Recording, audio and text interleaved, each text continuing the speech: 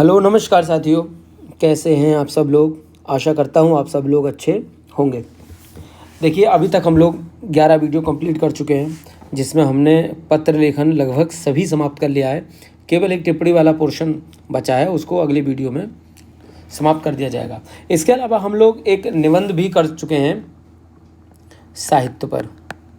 साहित्य को अलग अलग एंगल से कैसे जोड़कर समझा जा सकता है, वो पिछली वीडियो में हमने समझा था।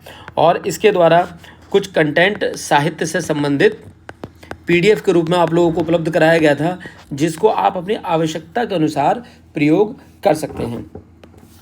आज के इस वीडियो में हम एक बहुत ही महत्वपूर्ण टॉपिक पर चर्चा करेंगे, जहां से लगभग हर साल क्वेश्चन पूछा ही जाता है। घुमा फिराकर प्रत्यक्ष या अप्रत्यक्ष रूप से किसी न किसी तरह से प्रश्न वो या निबंध आता ही रहता है। वो है कृषि। ये बहुत इम्पॉर्टेंट टॉपिक है कृषि। तो आज हम जो है कृषि के निबंध पर चर्चा करेंगे। ठीक है, तो चर्चा के क्रम में हम बहुत सारी चीज़ें देखेंगे, समझेंगे। इसका कंटेंट भी आपको अवेलेबल करवाया जाएगा। मैं अब एक चीज़ बताना चाहता हूँ आप लोगों को। पिछली बार जब पीडीएफ अवेलेबल कराया गया था साहित्य वाला, तो बहुत से लोग कह रहे थे कि सर, जो पीडीएफ में कंटेंट दिया है, क्या यही वाला हमें कंटेंट यूज करना है या इसमें कुछ घटा बढ़ा भी सकते हैं। तो देखिए, निबंध का कोई निश्चित प्रारूप नहीं है कि आपको ऐसा ही निबंध लिखना है या यही सारी चीज़ें लिखनी हैं। कोई भी कंटेंट कहीं भी प्रयोग किया जा सकता है आवश्यकता अनुसार। आपको निबंध में शब्दों का खेल प्रयोग करना आना चाहिए कि शब्दों को घुमा फिराकर कैसे आप ला सकते हैं। टॉपिक चाहे कुछ भी पूछा गया हो, जो आपको याद है उसको उस निबंध में कैसे प्रयोग करना है, आप किसी भी तरह से इसको जोड़ सकते हैं। अब साहित्य पे निबंध कराया गया था, तो किसी पे साहित्य को किसी भी टॉपिक से जोड़ा जाए, सबसे पहले आप ये तो बताएंगे ही ना कि साहित्य क्या है। भाई सीधी सी बात है, सबसे पहले आपको स्टार्टिंग में ये बताना पड़ेगा कि साहित्य क्या है, इसका रूप क्या है, ये सारी चीज़ें। समाज के बारे में पूछा गया है तो उसको समाज से जोड़ दें। दर्पण पूछा गया है तो दर्पण से जोड़ दें। प्रतिबिंब पूछा गया है तो प्रतिबिंब से जोड़ दें। ये सब बताया गया था आपको।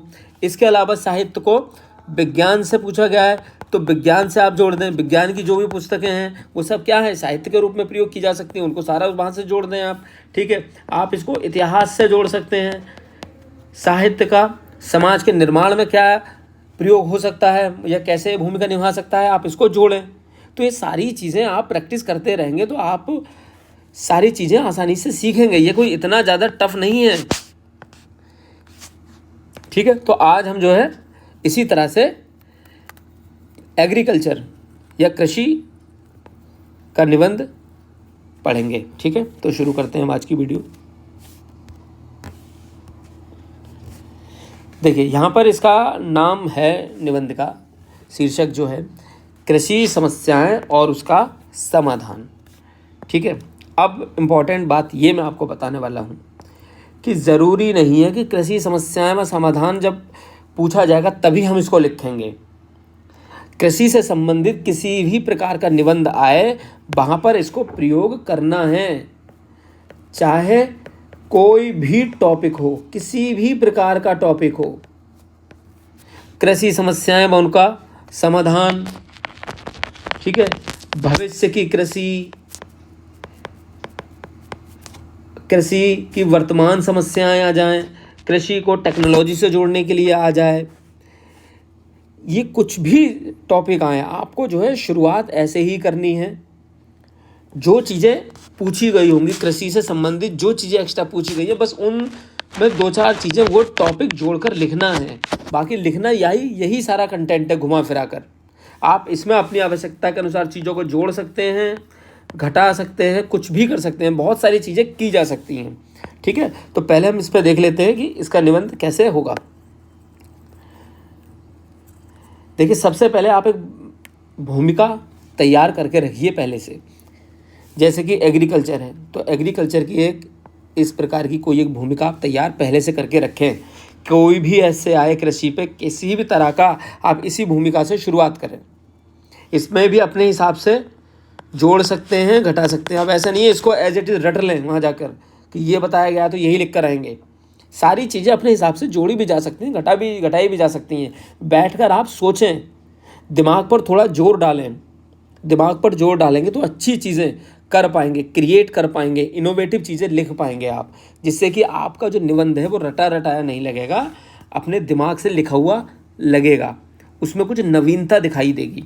ठीक है, तो देखिए ये है, जैसे कि इंट्रोडक्शन को हमने जो है रोचक बनाने का प्रयास किया है कि कल मैं टीवी पर न्यूज़ देख रहा था। ठीक है, तो इसमें ये लिखा हुआ है कल मैं टीवी पर न्यूज़ देख रहा था। अब जरूरी नहीं है इसको ऐसे ही लिखो आप, इसको आप इस तरह से भी जोड़ सकते हैं कि कल शाम का सुहाना समय था। ठीक है, बारिश हो रही थी। मैंने सोचा कि चलो टीवी देख लेते हैं। जैसे ही मैंने टीवी ऑन किया तो टीवी पर न्यूज़ आ रही थी और न्यूज़ चैनल पर चर्चा का मुख्य केंद्र था किसानों की समस्याएं। उस न्यूज़ में बताया जा रहा था कि किसान किस तरह से परेशान हैं। ये आप अपनी तरफ से ऐड कर सकते हैं। कई राज्यों में किसानों ने आत्महत्याएं कर ली थी और अनेक राज्यों में किसान ऋण माफ़ी के लिए आंदोलन पर थे और अनेक राज्यों में सरकारों को कृषक ऋण माफ़ी के संबंध में घेरा जा रहा था।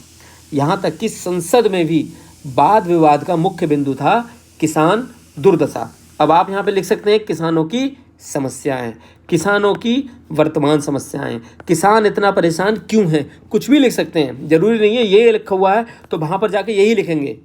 अपने हिसाब से किसान समस्याओं से संबंधित कोई भी और अन्य पर्यायवाची शब्द भी आप लिखें। अब देखिए फिर हमने क्या लिखा। इतनी चीज़ें सोचने के बाद, जनसंख्या का इतना बड़ा हिस्सा कृषि में संलग्न होने के बावजूद आज किसान इतना बेचारा क्यों है।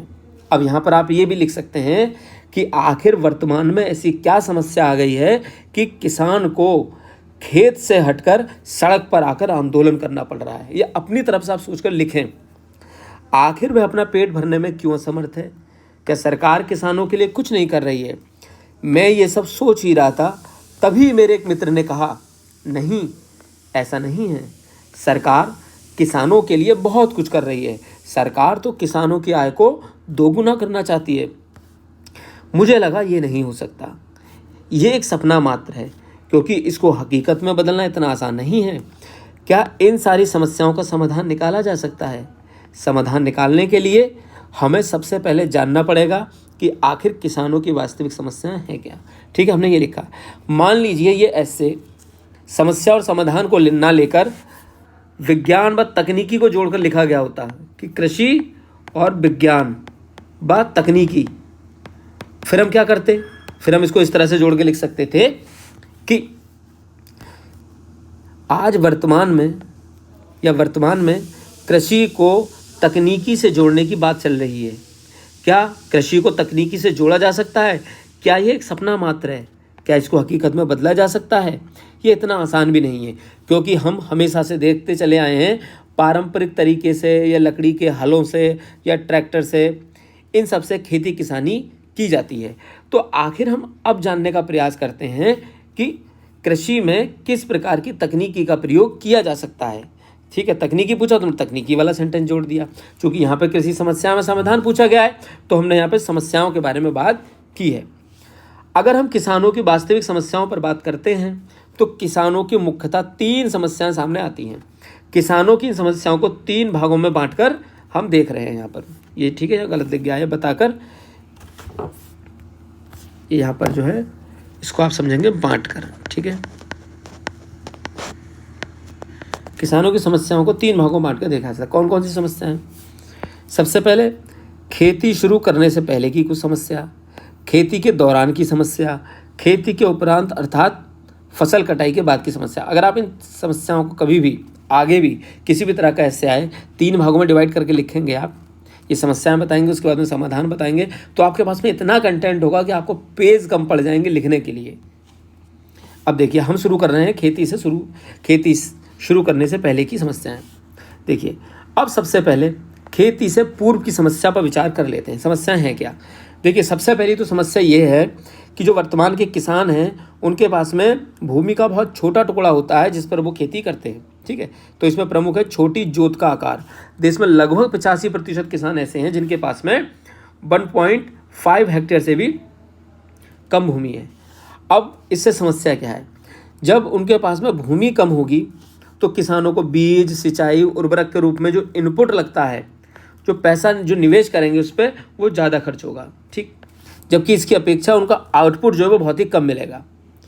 दूसरी एक समस्या क्या है कि इन सारे पैसों को खर्च करने के लिए किसानों को एक मूल राशि की आवश्यकता होती है। अब इतना पैसा इनके पास में है नहीं। ठीक है, तो बहुत सारी समस्याएं उससे और भी दूसरी क्रिएट होती हैं। वो क्या होती है हम आगे जानेंगे। दूसरी चीज़ें, इतनी बड़ी एक मुश्त राशि प्राप्त ना होने के पीछे बहुत सारे कारण हैं, जैसे कि पर्याप्त ज्ञान का ना होना, अशिक्षा, पर्याप्त कागजात ना होना। ये सब चीज़ें जब नहीं होती हैं तो इसकी वजह से किसान बैंक से ऋण उपलब्ध नहीं हो पाता है, उसको किसान बैंक से ऋण नहीं ले पाता है। अब जब किसान को बैंक से ऋण नहीं मिलेगा तो वो वैकल्पिक तरीके देखने का प्रयास करता है। अब ऋण उपलब्ध ना होने के कारण किसान सूदखोरों से ऋण लेने को मजबूर हो जाता है, और जब वो यहाँ से ऋण लेता है तो बहुत ही अधिक ब्याज पर वो पैसा उसको वहाँ से मिलता है, और अधिक ब्याज पर पैसा मिलने की वजह से बाद में जब वो उसको पैसा चुकाएगा तो उसे कोई भी लाभ नहीं हो पाएगा। जितना उसे लाभ होगा हो सकता है उससे ज़्यादा उसे पैसा चुकाना पड़ जाए। इसके अलावा अन्य बहुत सी समस्याएं भी हैं। जमींदारी, काश्तकारी जैसे सुधारों की असफलता, इस तरह के बहुत सारे कानून बनाए गए थे जो पूरी तरह से सफल नहीं हुए। दूसरा, कृषि जो है मानसून पर निर्भर है, तो ये भी एक कारण है। ये सारी समस्याएं हैं खेती से पहले की समस्याएं। अब खेती से पूर्व की समस्याओं पर बात करने के बाद अब किसान ने क्या किया? फसल को बो दिया। अब फसल बोने के दौरान उसे कौन कौन सी समस्याओं का सामना करना पड़ता है? बहुत सारी मौसम संबंधी समस्याएं हैं, जैसे कि एल नीनो, बाढ़, सूखा, बादल फटना, इस तरह की समस्याएं हो जाती हैं जो कि कृषि को नकारात्मक रूप से प्रभावित करती हैं। दूसरी चीज़, इसके अलावा कृषि में अत्यधिक कीटनाशकों का प्रयोग करना। कीटनाशकों का अत्यधिक प्रयोग होगा तो उससे मृदा का स्वास्थ्य खराब हो जाएगा, और मृदा का स्वास्थ्य खराब होने से क्या हो जाएगा? जो उत्पादकता है वो नकारात्मक रूप से प्रभावित होगी, बहुत कम उत्पादन उसमें होगा। ठीक है। दूसरी चीज़, अगर कीटनाशक का प्रयोग ना किया जाए तो खरपतवार बहुत ज़्यादा उग जाएंगे, जिससे कृषि में उत्पादकता बहुत कम हो जाएगी। एक अन्य कारण ये भी है कि पशुओं के द्वारा भी, कभी कभी आपने देखा होगा कि पशुओं के द्वारा भी फसलों को नुकसान पहुंचाया जाता है। तो खेती के दौरान होने वाली समस्याओं के बाद अब हम बात करेंगे कि फसल कटाई के बाद में किसानों को किन किन समस्याओं का सामना करना पड़ता है। अब देखिए यहाँ पे भी 2 कंडीशन बनेंगी कि या तो उत्पादन कम होगा या फिर उत्पादन बहुत ज़्यादा हो जाएगा। अगर उत्पादन कम होगा तो किसान को अधिक लाभ नहीं मिल पाएगा, वह मूल्य बहुत कम मिलता है। कभी कभी तो इतना कम मूल्य मिलता है कि किसान उत्पाद को मंडी ले जाने तक का खर्च भी नहीं निकाल पाते हैं। और यदि उत्पादन अधिक होगा, अब उत्पादन हो गया ज़्यादा, अब किसानों के पास में कोल्ड स्टोरेज की व्यवस्था नहीं है, अर्थात जो उसके पास में जो उसकी अनाज है वो उसको स्टोर नहीं कर पाएगा। जब वो इसको स्टोर नहीं कर पाएगा तो उसको वो अपना अनाज जल्दी बेचना पड़ेगा, और जल्दी बेचने के चक्कर में क्या होगा? जो एक चेन बनी हुई है, सरकारी सिस्टम बना हुआ है बेचने का, उसके तहत वो नहीं बेच पाएगा और उसे अन्य जगहों पर बेचना पड़ेगा या फिर बिचौलियों से संपर्क करना पड़ेगा। तो बिचौलिए जो है उसको बहुत ही कम दाम में ले लेंगे और अधिक दाम में जाकर उसको बेचेंगे, तो बीच का जो लाभ है वो बिचौलिए ले जाएंगे। दूसरी चीज़, पर्याप्त गोदाम नहीं है, प्रसंस्करण की सुविधा नहीं है, जिसके द्वारा किसानों के द्वारा कम दाम पर फसल बेचनी पड़ती है। ठीक है, तो ये सारी जो हैं समस्याएं हैं। अब इन समस्याओं के लिए क्या क्या सुधार सरकार के द्वारा किए गए हैं? हालांकि आज़ादी के बाद बहुत सारे सुधार भी किए गए हैं, जैसे कि जमींदारी व्यवस्था का उन्मूलन किया गया, काश्तकारी सुधार, चकबंदी, हदबंदी, भूदान आंदोलन, सहकारी खेती, सब्सिडी कार्यक्रम, ऋण माफ़ी, उर्वरक वितरण। लेकिन इन सारी व्यवस्थाओं को ठीक तरीके से पालन नहीं हो पाया, जिसकी वजह से किसानों को जो लाभ मिलना था वो लाभ उनको नहीं मिल पाया। ठीक, इसके अलावा और भी बहुत सारी योजनाएं सरकार के द्वारा शुरू की गई, जैसे कि न्यूनतम समर्थन मूल्य एमएसपी। एमएसपी क्या होता है कि फसल बोने से पहले, फसल बोने से पहले फसल का एक न्यूनतम समर्थन मूल्य सरकार जारी करती है एमएसपी, कि अगर किसान की जो फसल है वो उचित दाम पर नहीं मिलती है तो इतने दाम पर सरकार उसको खरीद लेगी, एमएसपी, ठीक है, जिससे कि किसानों का नुकसान ना हो। तो न्यूनतम समर्थन मूल्य, सिंचाई के लिए मुफ्त बिजली, नीम कोटेड यूरिया, जिससे यूरिया की कालाबाजारी को कम किया जा सके, सब शुरू किया गया। और भी विभिन्न योजनाएं अनेक राज्यों और भारत सरकार के द्वारा चलाई जा रही हैं। अब इन सबको देखकर तो लगता है कि किसानों की समस्या समाप्त होने वाली है, लेकिन ये समस्या का केवल एक पहलू है। अब हम समस्या के दूसरे पहलू को देखते हैं। नेशनल सैंपल सर्वे ऑर्गेनाइजेशन ने अपने सर्वे में ये कहा है कि लगभग 50% किसान ऐसे हैं जो खेती करना ही नहीं चाहते हैं। वो खेती क्यों नहीं करना चाहते? क्योंकि कृषि में उनको इतना लाभ अब नहीं रहा, वे किसी दूसरे रोजगार की तलाश में हैं। ऐसा इसलिए है क्योंकि कृषि में अब उतना लाभ उनको नहीं मिल रहा है। युवा पीढ़ी का कृषि की ओर कोई भी आकर्षण नहीं है। इसके पीछे क्या कारण है? इसके पीछे बहुत सारे कारण हैं, जैसे कि योजनाओं का लाभ किसानों को मिल नहीं पाता, जिससे मन में एक बात ये बैठ गई है कि कृषि करने से कोई भी लाभ नहीं होगा। और 50% किसान तो ऐसे हैं जिनको न्यूनतम समर्थन मूल्य के बारे में पता ही नहीं है, या फिर सरकार की जो अन्य योजनाएं चल रही हैं उनके बारे में पता ही नहीं है, वो योजनाओं का लाभ नहीं उठा पाते हैं।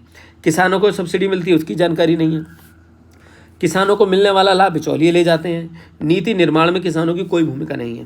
अगर नीति निर्माण में किसानों की भूमिका नहीं होगी तो किसानों के मुद्दे कैसे उठाए जाएंगे? ठीक है, आखिर अब ऐसा क्या किया जाए कि किसानों की समस्या में सुधार किया जा सके? ठीक है, तो सुधारों के क्रम में सबसे पहले सहकारी कृषि को बढ़ावा दिया जाए, कॉन्ट्रैक्ट फार्मिंग को बढ़ावा दिया जाए, वेयर हाउस बनाए जाएं जैसे कि चीन और इंडोनेशिया में बनाए गए हैं। कृषि में अनुसंधान को बढ़ावा दिया जाए। किसानों के लिए जो योजनाएं चलाई जा रही हैं उनके बारे में जागरूकता बढ़ाई जाए, जिसका लाभ किसान उठा सके। ऐसे बीज बनाए जाएं जो जलवायु परिवर्तन को सह सकें, बाढ़, सूखा इन सबसे प्रभावित ना हो। योजनाओं की जागरूकता के लिए हम गैर सरकारी समूह यानी कि जो एनजीओ होते हैं, सेल्फ हेल्प ग्रुप, स्वयं सहायता समूह, ग्राम पंचायत, इन सब का भी सहारा लिया जा सकता है, जिससे कि योजनाओं की ज़्यादा से ज़्यादा उनका प्रचार किया जा सके, लोगों तक वो योजनाएं पहुँचें, जिससे कि किसानों की आय दुगनी हो जाए और भारत फिर से सोने की चिड़िया कहा जाए। भारत एक ऐसा देश बन जाए ना जहाँ पर कोई भी किसान आत्महत्या करने को मजबूर हो और ना ही कोई व्यक्ति भूखा सोए। ठीक है, तो आप देखिए हमने यहाँ पर ये निबंध पूछा गया था कि कृषि समस्या उसका समाधान। सबसे पहले हमने एक इंट्रोडक्शन से तैयार किया, उसके बाद में हमने बताया कि किसानों की समस्याएं आखिर हैं क्या। ठीक है, तो इन सारी समस्याओं को हमने बताया, खेती के दौरान, खेती के बाद।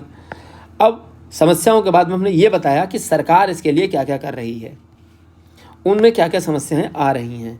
अब उन समस्याओं को भी ख़त्म करने के लिए हमें क्या क्या प्रयास किए जाने चाहिए, ये सारी चीज़ें हमने इसमें लिखी। मतलब ऐसे में जो जो सारे इम्पॉर्टेंट पॉइंट, जो पहलू हो सकते थे, वो सब हमने इसमें समाहित करने का प्रयास किया। तो इन सारे चीज़ों को आप ऐसे में कहीं भी प्रयोग कर सकते हैं। ठीक है, अब जैसे कि ये वाला हमने पैराग्राफ लिखा है, ठीक है, तो ज़रूरी नहीं है आप एग्रीकल्चर के हिस्से में भी लिखें। किसी अन्य योजना के बारे में आप लिख रहे हैं, सरकार की कुछ योजनाओं को प्रचार करना है, तो वहाँ पर आप ये पॉइंट लिख दें कि गैर सरकारी समूह, स्वयं सहायता समूह, ग्राम पंचायत, इन सब का सहारा लिया जाना चाहिए, या आप लिख सकते हैं वहाँ पर। ठीक है, जिससे कि आपके पास में कंटेंट बहुत ज़्यादा हो और आप एस्से को लिखें। ठीक है, तो ये एग्रीकल्चर का एस्से था जो कि बहुत इंपॉर्टेंट है, इसको आप ज़रूर तैयार करें। ठीक है, अब मिलते हैं नेक्स्ट वीडियो में, तब तक के लिए ऑल द बेस्ट, जय।